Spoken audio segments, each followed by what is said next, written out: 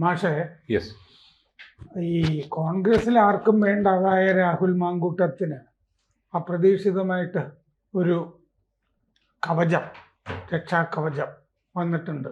K Sudhakaran പറഞ്ഞിട്ടുണ്ട്. മുമ്പേ ഈ കാര്യങ്ങൾ കെ സുധാകരൻ പ്രസിഡന്റ് ആയിരുന്നപ്പോൾ മാങ്കൂട്ടം പോയി വിശദീകരിച്ചിരുന്നു. അന്ന് ഇവന്റെ ഭാഗത്ത് തെറ്റൊന്നുമില്ല എന്ന് ബോധ്യപ്പെട്ടതാണ് എന്ന് സുധാകരൻ പറഞ്ഞു.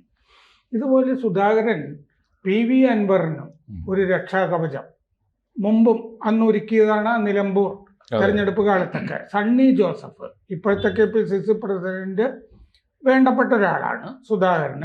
അപ്പൊ സണ്ണി ജോസഫിനും PV അൻവർ കോൺഗ്രസിന്റെ അകത്ത് വന്നാൽ കൊള്ളാം എന്ന ആഗ്രഹമുണ്ട്.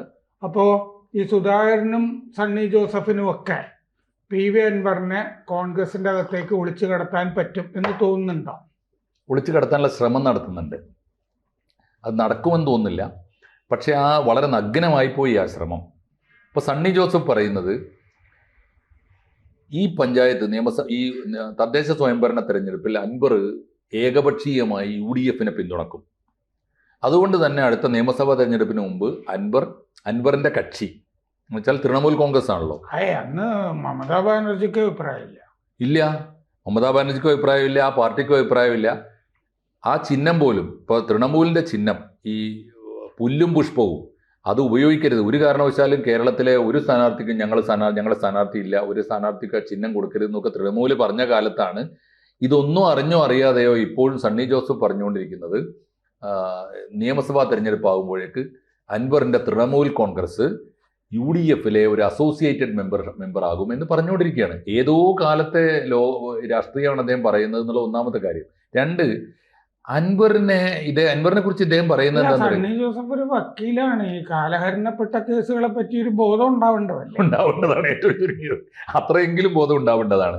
പക്ഷെ അദ്ദേഹത്തിന്റെ ചില വാക്കുകളിൽ നമുക്ക് വലിയ സംശയം ഉണ്ടാക്കുന്നുണ്ട്. ഒന്ന്, അദ്ദേഹം പറയുന്നത് അൻവർ കൂടി വരട്ടെ, അൻവർ നമ്മളെ ഒരു വലിയ അസറ്റല്ലേ.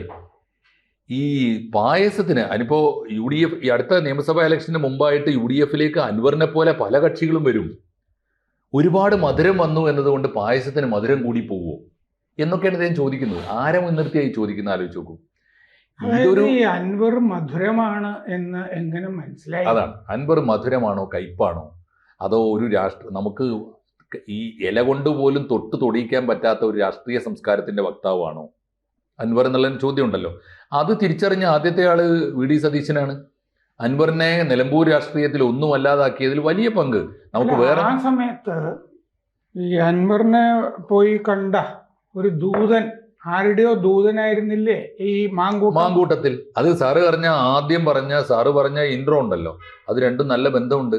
അതെ, രാഹുൽ മാങ്കൂട്ടത്തിലിനെ പ്രാഥമിക അംഗത്വത്തിൽ നിന്ന് സസ്പെൻഡ് ചെയ്തിട്ട് വീണ്ടും കോൺഗ്രസിലേക്ക് ഒളിച്ചും തെളിച്ചും കടത്താൻ ശ്രമിക്കുന്നത് ആരാണോ, VD സതീശൻ ലക്ഷ്യം വെച്ചിട്ട് രാഹുൽ മാങ്കൂട്ടത്തിലിനെയും ഷാഫി പറമ്പലിനെയൊക്കെ മുന്നിൽ നിർത്തിക്കൊണ്ട് കളിക്കുന്നത് ആരാണോ, അതേ ഗ്രൂപ്പ്. ഈ രാഹുൽ മാങ്കൂട്ടത്തിൽ തന്നെയാണ് അന്ന് അൻവറിനെ തൊട്ടുകൂടാത്ത പാടില്ല എന്ന ശക്തമായ നിലപാടുമായിട്ട് VD സതീശൻ മുന്നോട്ട് പോകുമ്പോൾ ഓർമ്മയില്ലേ, പാതിരാക്ക് അൻവറിന്റെ വീട് സന്ദർശിച്ചു.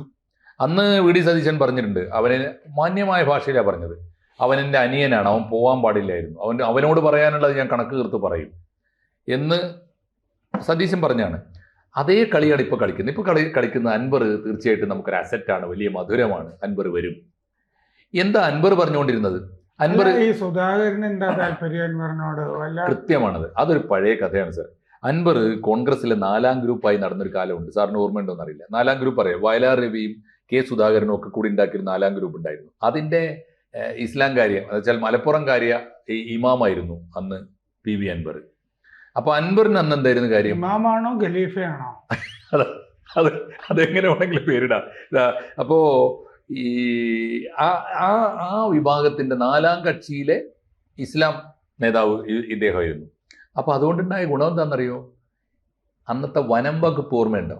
K സുധാകരൻ വനം വകുപ്പ് കൈകാര്യം ചെയ്ത ഒരു ഇടവേളയിലാണ് PV അൻവർ എന്ന കാട്ടുകള്ളൻ പിറവി കൊള്ളുന്നത്. വാക്കുകളൊക്കെ അറിഞ്ഞുകൊണ്ട് തന്നെ പ്രയോഗിക്കാം. കാട്ടുകള്ളൻ എന്ന് പറഞ്ഞാൽ കാട് കട്ട് മുടിച്ചവൻ എന്നാണ് അതിന്റെ അർത്ഥം. അന്ന് സാറിന് ഓർമ്മയുണ്ടോന്ന് അറിയില്ല, കാട് വെട്ടാൻ കരാറ് കൊടുക്കുക എങ്ങനെയാണെന്ന് അറിയാം? അടിക്കാട് വെട്ടുക എന്ന് പറയും, അറിയില്ലേ? ഇതിനകത്തെ ബുഷസ് വെട്ടിക്കളയാൻ കരാറ് കൊടുക്കുക എന്ന് പറഞ്ഞാൽ കരാറ് അതിൻ്റെ ഒരു മാനുവലേ വെട്ടാൻ പാടുള്ളൂ നിയമമുണ്ട്. മനുഷ്യൻ കത്തി കൊണ്ട് പോയിട്ട് വെട്ടണം, യന്ത്രം കൊണ്ട് വെട്ടരുത്. യന്ത്രം കൊണ്ട് വെട്ടിയാൽ കാട്ടിനകത്തെ വിലപ്പെട്ട മരങ്ങൾ നഷ്ടപ്പെടുന്നതുകൊണ്ടാണ്. അതിന് പകരം അന്ന് വെട്ടിച്ചത് എങ്ങനെയാണെന്നറിയോ? യന്ത്രങ്ങൾ കൊണ്ട് വെട്ടിച്ചു. യന്ത്രങ്ങൾ കൊണ്ട് വെട്ടിച്ചാലുള്ള ഗുണം എന്താ?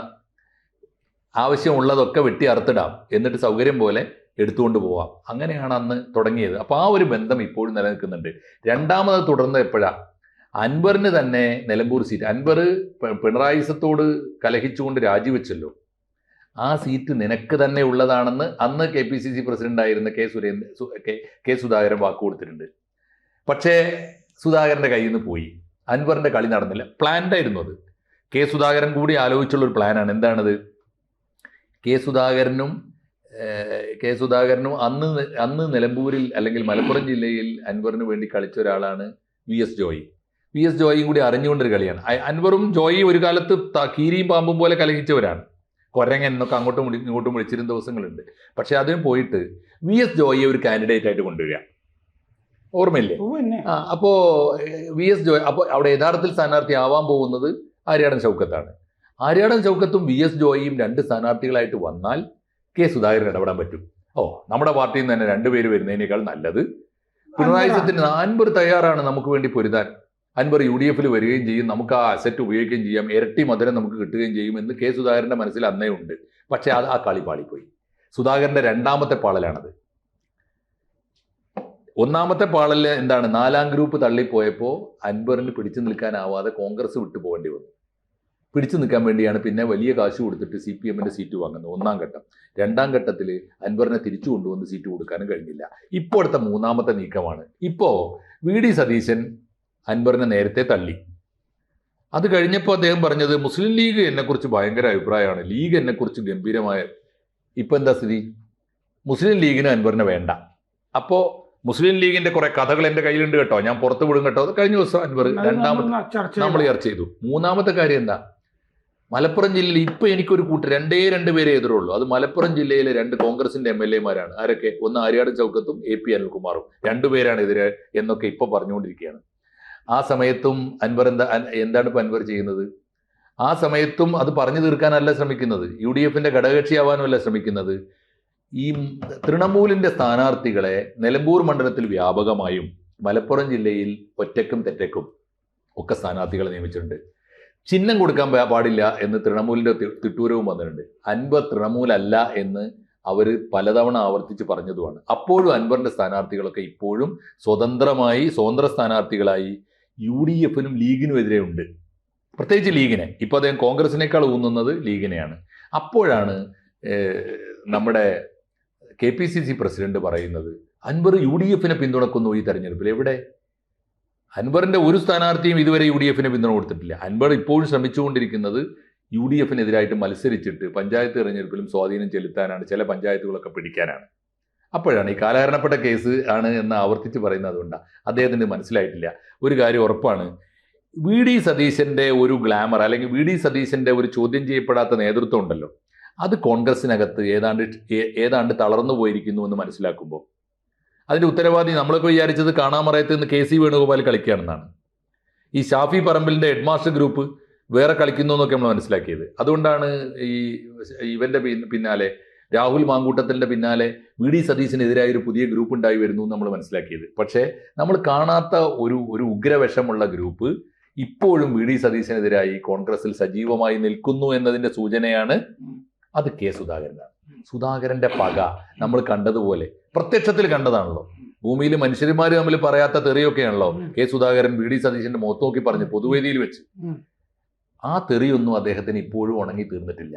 പറയാത്ത തെറി വാക്ക് കെട്ടിക്കിടന്ന് കെ സുധാകരന്റെ നാക്ക് ഇപ്പോഴും പൊള്ളുന്നുണ്ട് എന്നാണ് നമ്മൾ ഇതിൽ നിന്ന് മനസ്സിലാക്കേണ്ടത്. അതുകൊണ്ട് VD സതീശനെതിരായി യഥാർത്ഥത്തിൽ വിട്ടുവീഴ്ചയില്ലാതെ ഇപ്പോഴും കളിച്ചുകൊണ്ടിരിക്കുന്നത് കെ സുധാകരനാണ് എന്നും കെ സുധാകരന്റെ കളിക്ക് ആക്കം കൂട്ടാൻ സാക്ഷാൽ PV അൻവറിനെയും രാഹുൽ മാങ്കൂട്ടത്തിനെയും ഒരുമിച്ച് കോൺഗ്രസിനകത്ത് തിരിച്ചു കൊണ്ടുവരാനുള്ള ശ്രമം നടക്കുന്നു എന്നുമാണ് ഏറ്റവും ഒടുവിലെ മലബാർ രാഷ്ട്രീയം. കൂടുതൽ വാർത്തകളും വിശേഷങ്ങളും നിങ്ങളിലേക്ക് എത്താൻ ABC മലയാളം സബ്സ്ക്രൈബ് ചെയ്യുക, ബെൽ ബട്ടണും അമർത്തുക.